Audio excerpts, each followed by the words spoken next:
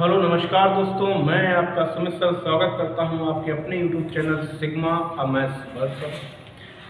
हम आपको इस चैनल के माध्यम से कॉम्पिटिटिव मैथ्स को पढ़ाते हैं, जिसमें आप एसएससी, बैंकिंग, पुलिस, आर्मी सभी की कॉम्पिटिटिव मैथ्स पढ़ सकते हो। और अगर आप पढ़ना चाहते हैं तो हमारे चैनल से जुड़ भी सकते हैं।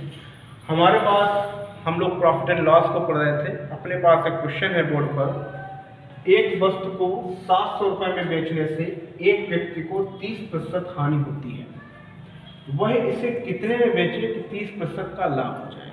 इस टाइप का क्वेश्चन है। ये सामान्य क्वेश्चन है, ये आपसे हल्के एग्जाम में पूछे जा सकते हैं। पुलिस कांस्टेबल हो गया, एमटीएस हो गया, इस टाइप का क्वेश्चन पूछा जा सकता है एग्जाम में। एक वस्तु को 700 रुपये में बेचने से एक व्यक्ति को 30% हानि होती है, वह इसे कितने में बेचे कि 30% लाभ हो जाए। तो हानि और लाभ की जब बात होती है तो हमने आपको बताया है हमेशा ही क्रय मूल्य पर काम करता है, चाहे हानि का हो या फिर लाभ का हो। तो हमारा उद्देश्य ये रहेगा कि हम सबसे पहले इसमें क्या निकालें, क्रय मूल्य निकालें। अगर हमें क्रय मूल्य मालूम पड़ जाएगा तो हम ये पता लगा लेंगे कि उसे कितने में बेचना है जिससे लाभ हो जाए, या उस वस्तु को कितने में बेचना है जिससे हानि हो रही है। तो इसका अगर क्रय मूल्य हमें निकालना होगा तो हम लोग क्या करेंगे, देखते हैं। एक वस्तु को 700 रुपये में बेचने से 700 रुपये में हम जब इस वस्तु को बेच रहे हैं तो कितने की हानि हो रही है, 30%।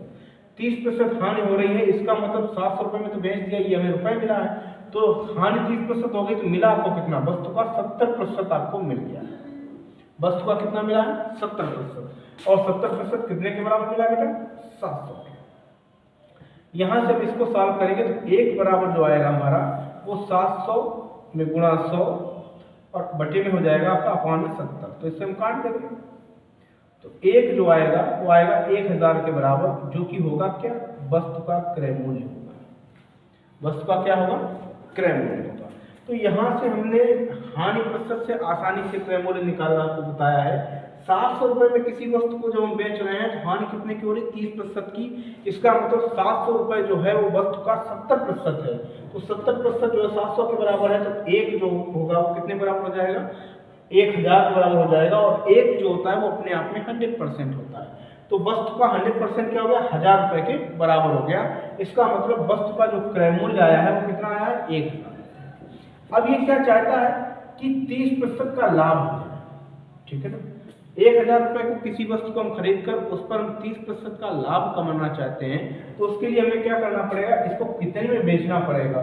तो 1000 रुपये हम क्या चाहते हैं, 30% का लाभ चाहते हैं। तो हम 30% के लाभ को 100 में जोड़ के भी डायरेक्ट कर सकते हैं। ऐसे लिखते हो 1000 में गुणा 130/100, तो आपको डायरेक्ट आंसर मिल जाएगा। या फिर आप 1000 का 30% निकाल कर क्रय मूल्य में जोड़कर भी आंसर दे सकते हैं। तो 30% का लाभ हो रहा, तो लाभ 100% से प्लस करते हैं, तो 100 प्लस कर दिया 130 हो जाएगा। इसको हम सॉल्व करेंगे तो हमें आंसर मिल जाएगा 1300। तो ये इसका आंसर होगा इस क्वेश्चन का। 1300 रुपये पर अगर किसी वस्तु को हम बेच दें तो 30% हानि के बजाय उसे 30% का लाभ हो जाएगा। उम्मीद करते हैं आपको ये क्वेश्चन समझ में आया होगा। देखते हैं अगला प्रश्न। देखते हैं अगला प्रश्न हमारे पास है, एक जमीन के भूखंड को 45,000 रुपये में बेचने से 10% हानि होती है, वह भूखंड को कितने में बेचे कि उसे 15% लाभ होगा। उसी टाइप से क्वेश्चन है, हम लोग अगला प्रश्न देख रहे हैं।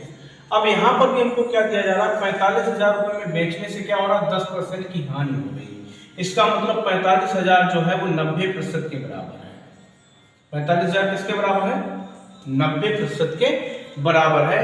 हम निकालेंगे क्या, हम चाहे तो एक निकाल लें या इसका 100% निकाल लें। तो एक जब इसका आप निकालेंगे तो आएगा 45,000 में अपॉन में आएगा 90 इंटू हो जाएगा 100।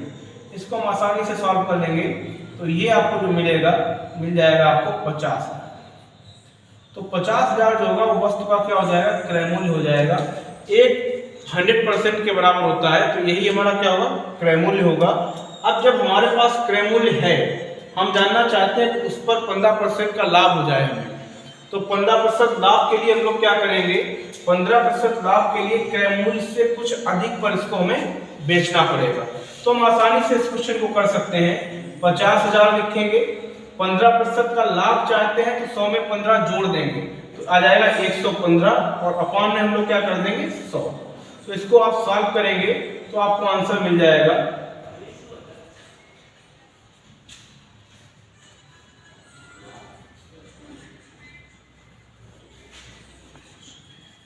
57,500। ये इसका आंसर हो जाएगा।